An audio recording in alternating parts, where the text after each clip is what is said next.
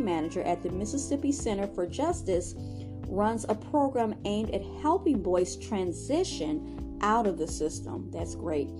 Or keeping them out from the start. That's even better. He frequently tracks down students who are absent from school. That's what you need. Checks in with their teachers. Now you're on the right track. And organizes speakers to talk about the impact of getting arrested. That's the good stuff right there. I'm trying to be proactive, Franklin said, adding that there are few recreational activities or resources. Boredom and idle hands are the devil's workshop, they say. Okay.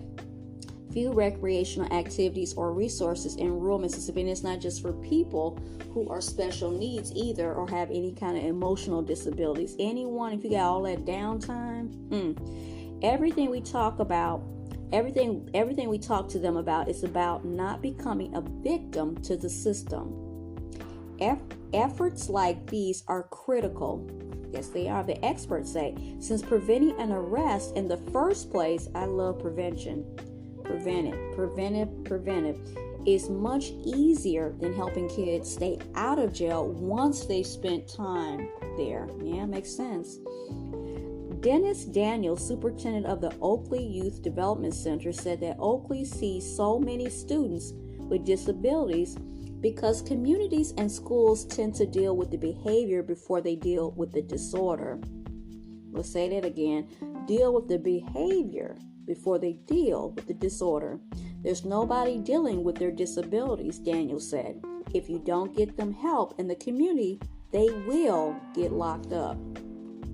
It also says that after an arrest, families say they often encounter districts that are reluctant to let those children return to school, or schools that are ill-equipped to handle them. It goes on to say, according to federal data, more than 8,000 special education students in Mississippi received an out-of-school suspension in 2011 and 2012 school year within there. About 14% of all special education students in the state.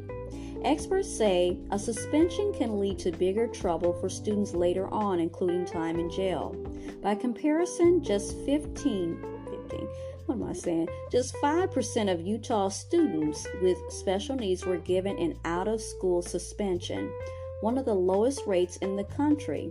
Keeping all students in school is a priority, said Utah Department of Education Director of Special Education.